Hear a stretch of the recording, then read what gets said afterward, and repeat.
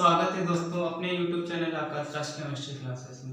दोस्तों आज इस वीडियो के माध्यम से मैं आपको डाइहैलाइडों का वर्गीकरण बताऊंगा। दोस्तों आप ज़्यादा टाइम न लेते हो, वीडियो को शुरू करते हैं। तो क्या पढ़ रहे हैं? डाइहैलाइडों का वर्गीकरण। डाइहैलाइडों का वर्गीकरण।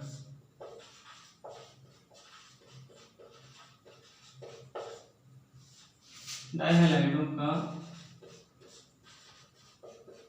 वर्गीकरण। डाइहैलाइडों का वर्गीकरण इंग्लिश में कहते हैं इसको क्लासिफिकेशन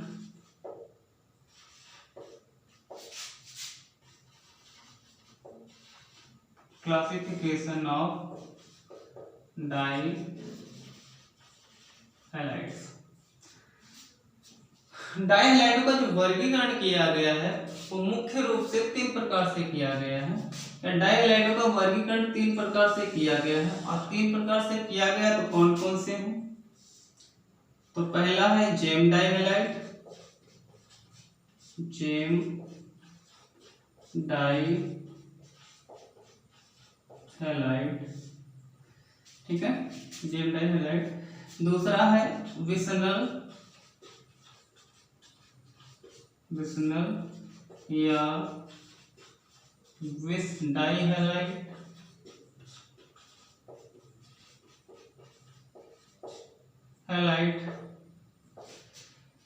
तीसरा है आपका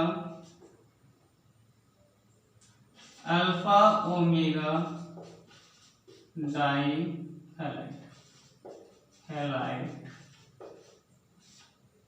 ठीक है। इंग्लिश में कवर करना चाहे तो जेम डाइहैलाइड को जेम डाइहैलाइड, विसनल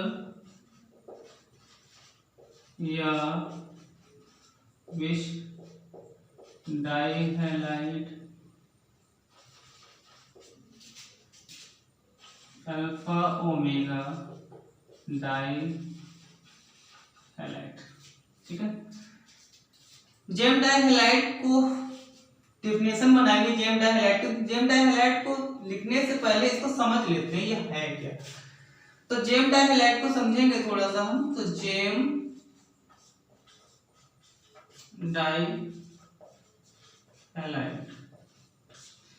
जेम डाइहैलाइड में जो डाई है ये अंक को प्रदर्शित करता है। डाई किसको प्रदर्शित करता है? अंक को। अंक का मतलब, डाई का मतलब होता है तो हैलाइड जो होता है, हैलाइड जो होता है वो एक्स को प्रदर्शित करता है। एक्स मतलब हाइड्रोजन। इसका मतलब क्या होता है कि ऐसे यौगिक जिसमें हाइड्रोजन परमाणु की संख्या कितनी हो? 2। ऐसे यौगिक जिनमें हाइड्रोजन परमाणु की संख्या 2 हो वो डाइहैलाइड कहलाएगा। अब पढ़े क्या रहे हैं? जेम डाइहैलाइड। जेम का मतलब क्या होता है कि इन हाइड्रोजन पर जो 2 हाइड्रोजन परमाणु हैं ये किस जगह पर लगे हैं, इनकी सटीबल जगह क्या है। जेम डाइहैलाइड के अंतर्गत जो हाइड्रोजन परमाणु 2 हैं उनकी जगह क्या है, यानी कि हमको क्या पता करना है? स्थान को पता करना है कि ये दोनों हाइड्रोजन परमाणु किस जगह पर लगे हुए। स्थान कहां से पता लगेगा? जब हम परिभाषा आपको बताएंगे तो स्थान पता लग जाएगा। अब पहली हेडिंग बना लीजिए जेम डाइहैलाइड की। जेम डाइहैलाइड।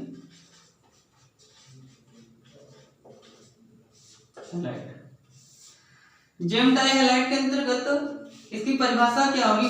वह डाइहैलाइड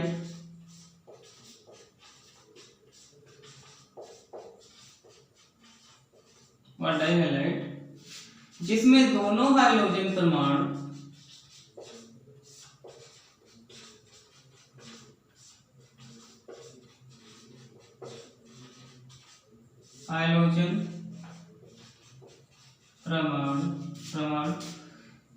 एक ही कार्बन पर उपस्थित हो। एक ही कार्बन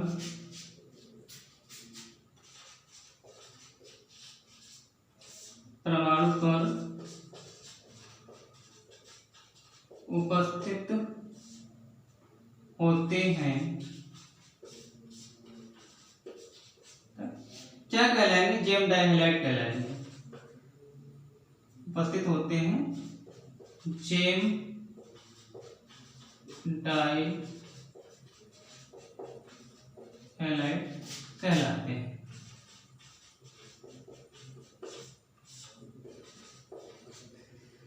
इसको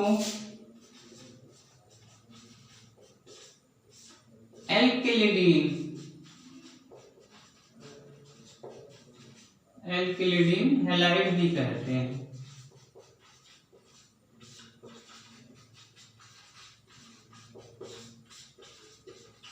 समझ रहे?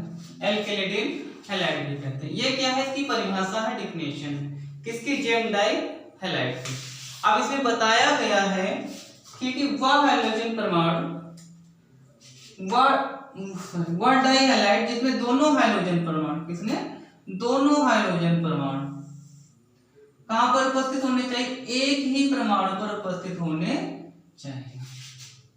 ठीक है, जेम डाई हैलाइड के अंतर्गत दोनों हाइड्रोजन परमाणु एक ही कार्बन परमाणु पर उपस्थित होंगे तो क्या कहलाएगा, जेम डाई हैलाइड परमाणु कहलाएगा। यानी कि जो स्थान है, जो हाइड्रोजन परमाणु की जो जुड़ने की जगह है वो कहां पर है, एक ही कार्बन परमाणु पर। वो कैसे देख लेते हैं, एग्जाम्पल के तौर पे देखें। एग्जाम्पल के तौर पे कार्बन और एक कार्बन, दो कार्बन है और इन दोनों कार्बन पर किसी एक कार्बन पर दोनों हाइड्रोजन परमाणु उपस्थित होने चाहिए। मान लीजिए कि हम ये कार्बन है और इस कार्बन पर हमने क्या किया, दोनों हाइड्रोजन परमाणु को क्या कर दिया, उपस्थित कर दिया।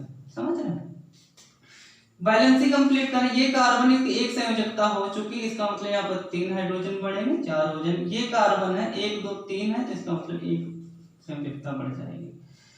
इस आधार पर अगर देखा जाए तो ये दोनों हाइड्रोजन परमाणु Br, दोनों हाइड्रोजन परमाणु एक ही कार्बन पर उपस्थित हैं, इसलिए हम इसे क्या कहेंगे, जेम डाई हैलाइड कहेंगे। ठीक है, अब इसके नाम की बात आती है, इसका नाम क्या है, तो नाम किसके आधार पर रखेंगे, एल्किलिडीन हैलाइड के अंतर्गत इसके आधार पर नाम रखेंगे। तो इसका संगत एल्केन क्या होता है, संगत एल्केन जो होता है कार्बन पर निर्भर करता है, जितने कार्बन होंगे संगत एल्केन का नाम वही जाएगा। कितने कार्बन है, 1 और 2 कार्बन, तो यानी कि मेथ और एक एथ, तो एथ से क्या हो जाएगा, एथिलीडीन। और Br किसको प्रदर्शित करता है, ब्रोमाइड को प्रदर्शित करता है, तो एथिलीडीन ब्रोमाइड हो जाएगा।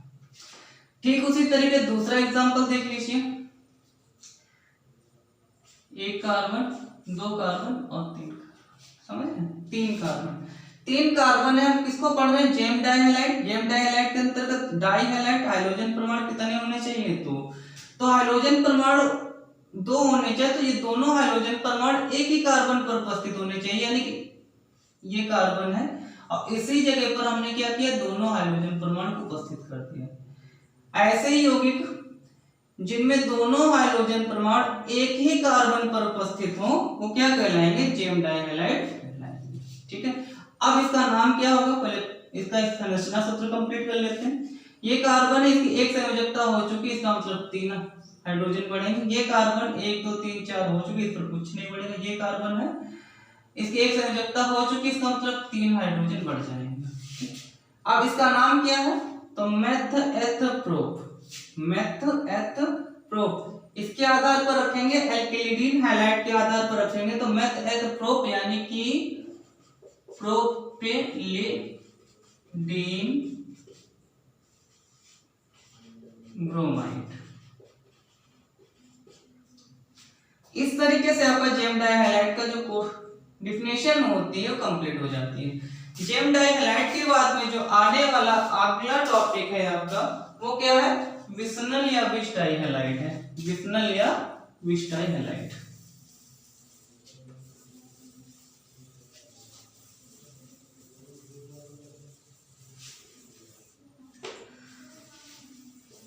विसनल या विश डाई हैलाइड में भी वही प्रोसेस होता है कि हाइड्रोजन परमाणु जो होंगे वो 2 होंगे, बस आपको पता क्या करना है, उनका सटीवल स्थान जो दोनों हाइड्रोजन परमाणु है कहां पर उपस्थित हैं।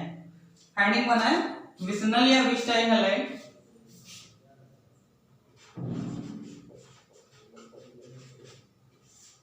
या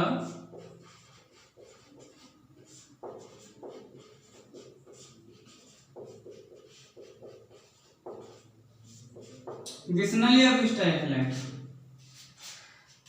सेम कंडीशन, डाई हैलाइड है, हाइड्रोजन परमाणु 2 होंगे। ये हाइड्रोजन परमाणु कहां पर उपस्थित होंगे ये चीज आपको पता करना है, यानी हाइड्रोजन परमाणुओं का स्थान पता करना है और कुछ भी नहीं। इसकी डिफिनेशन क्या होता है, वा डाई हैलाइड, वा डाई हैलाइड जिसमें वा डाई हैलाइड जिसमें दोनों हाइड्रोजन परमाणु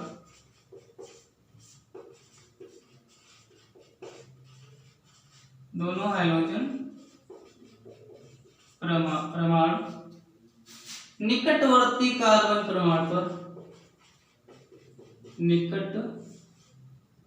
निकटवर्ती कार्बन परमाणु पर उपस्थित होते हैं, उपस्थित होते हैं। ठीक है, उपस्थित होते हैं क्या कहलाएंगे, विसनल या विस डाई हैलाइड कहलाएंगे। विसनल या विस डाई हैलाइड कहलाते हैं।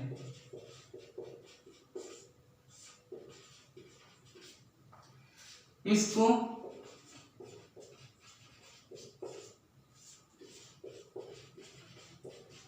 एल्कीन भी कहते हैं, समझ रहे हैं, यानी कि विसनल या विस डाई हैलाइड को एल्कीन भी कहते हैं। सिंपल सी बात है, वा डाई हैलाइड जिसमें दोनों हाइड्रोजन परमाणु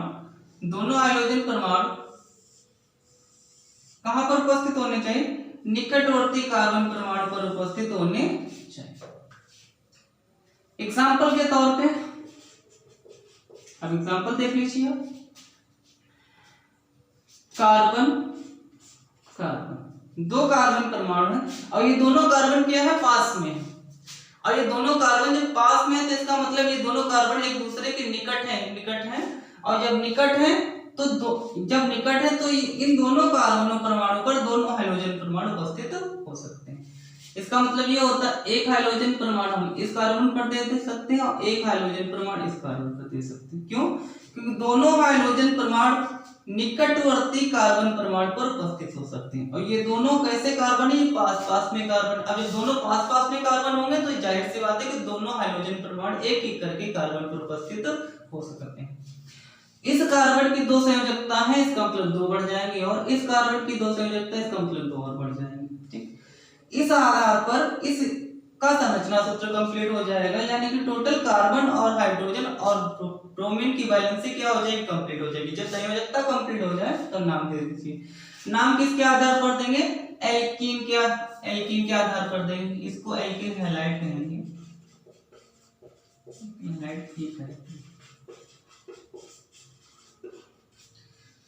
कितने कार्बन है, तो मेथ और एक एथ, तो क्या हो जाएगा एथिलीन।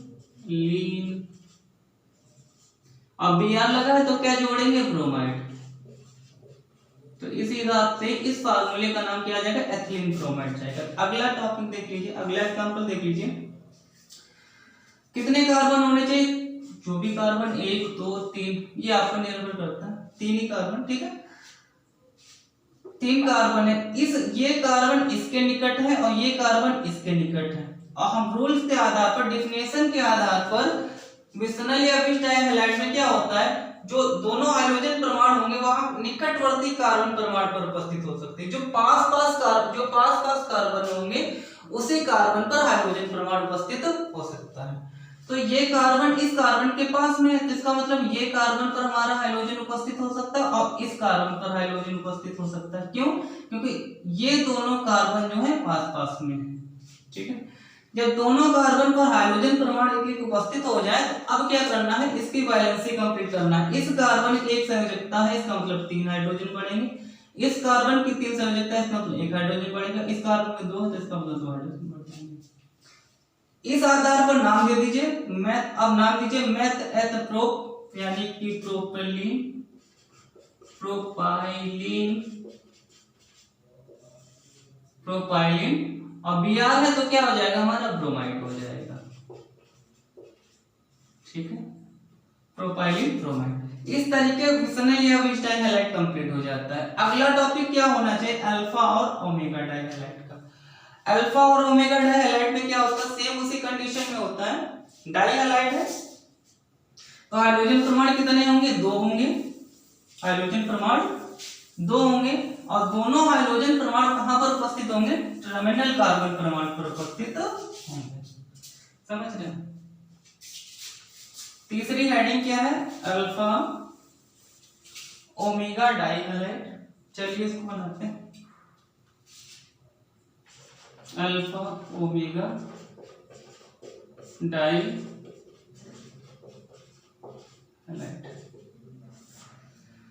परिभाषा क्या होती है अल्फा ओमेगा डाइहैलाइड की, तो वह डाइहैलाइड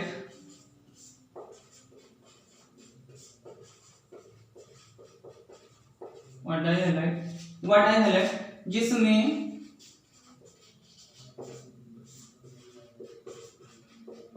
दोनों हाइड्रोजन परमाणु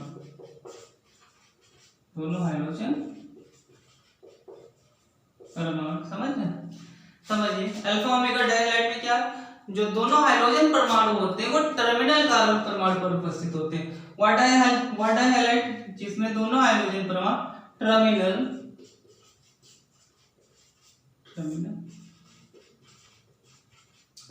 कार्बन परमाणु पर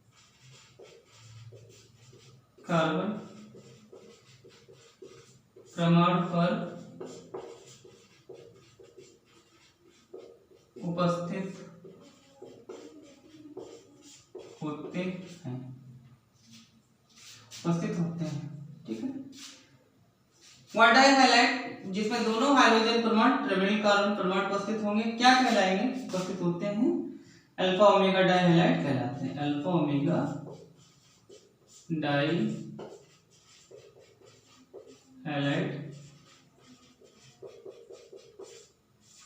कहलाते हैं। समझ रहे, सिंपल सी बात है कि अल्फा ओमेगा डाइहैलाइड परमाणु क्या होगा, जो हाइड्रोजन परमाणु होंगे वो टर्मिनल कार्बन परमाणु पर उपस्थित होंगे। टर्मिनल कार्बन परमाणु का मतलब क्या होता है, पहला कार्बन और लास्ट का कार्बन, श्रृंखला में पहला कार्बन और लास्ट का कार्बन जो होता है वो टर्मिनल कार्बन परमाणु कहलाता है। कैसे, एग्जाम्पल के तौर पे एक, ठीक है, 4 कार्बन की चेन है, मैंने क्या किया, इस पर Br लगा दी, ये पहला कार्बन है और ये क्या है, लास्ट का कार्बन है। तो पहला कार्बन और लास्ट का कार्बन क्या कहलाएगा, हमारा टर्मिनल कार्बन परमाणु कहलाता है। ठीक, रूल्स के आधार पर, परिभाषा के आधार पर क्या पढ़े, अल्फा ओमेगा डाइहैलाइड। तो बताया कि वह डाइहैलाइड जिसमें दोनों हाइड्रोजन परमाणु कहां पर उपस्थित होने चाहिए, टर्मिनल कार्बन परमाणु। तो टर्मिनल कार्बन परमाणु का मतलब क्या होता है, जो पहला कार्बन और लास्ट वाला कार्बन क्या कहलाएगा, हमारा टर्मिनल कार्बन परमाणु कहलाएगा।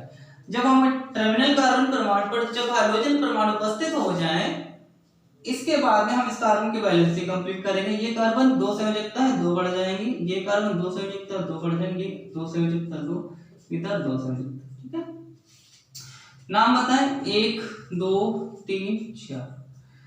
तो इसका नाम लिखने के लिए सबसे पहले हम क्या लिखेंगे, अंक को लिखेंगे। क्यों अंक को लिखेंगे, जो कार्बन को वहन करने वाले क्रियात्मक समूह की संख्या पहले लिखी जाती है। कार्बन को वहन करने वाले क्रियात्मक समूह की संख्या लिखी जाती है। तो ये क्रियात्मक समूह है और इस कार्बन पर उपस्थित है। इस कार्बन का अंक कितना है, 1 है। आगे बढ़े तो यहाँ पर Br लगा है क्रियात्मक समूह और ये क्रियात्मक समूह चौथे नंबर पर उपस्थित है, तो 4 लगा देंगे। पहले और चौथे कार्बन पर लगा क्या, तो Br लगा, तो Br को क्या बोलते हैं, ब्रोमो बोलते हैं। आईपीसी बनाते वक्त ब्रोमो। कितने ब्रोमो है, तो 1 और 2 है, तो ब्रोमो से पहले एक वर्ड शब्द बढ़ जाएगा, क्या बढ़ जाएगा, डाई बढ़ जाएगा। तो 1,4 डाई ब्रोमो। अब संगत एल्केन कार्बन पर निर्भर करता है, जितने कार्बन होंगे संगत एल्केन का नाम वही जाएगा। तो मेथ एथ प्रो ब्यूट, तो लास्ट में क्या चला जाएगा, हमारा ब्यूटेन। सेकेंड एग्जांपल देख लीजिए, इसी का टर्मिनल कार्बन परमाणु यानी कि अल्फा ओमेगा डाइहैलाइड का। तो 1 2 3 4 5। ठीक है, अब हमें ये पता हो गया टर्मिनल कार्बन परमाणु का मतलब होता है पहला कार्बन और लास्ट का कार्बन टर्मिनल कार्बन परमाणु कहलाएगा। ठीक है, पढ़ क्या है अल्फा ओमेगा डाइहैलाइड। तो डाइहैलाइड का ये डाइहैलाइड दोनों हाइड्रोजन परमाणु कहां पर उपस्थित होने चाहिए? टर्मिनल कार्बन परमाणु, एक भी आर पर नोट कर लीजिए और एक लास्ट वाले पर, क्योंकि ये दोनों टर्मिनल कार्बन परमाणु कहलाते हैं। वैलेंस से करो 2 है तो 2 बढ़ जाएंगे, इधर भी 2, इधर भी 2, CH2 CH2 देन CH2 1 2 3 4 बस। नाम दीजिए तो 1 2 3 4 5 और 1 6। तो 1,6 डाइब्रोमो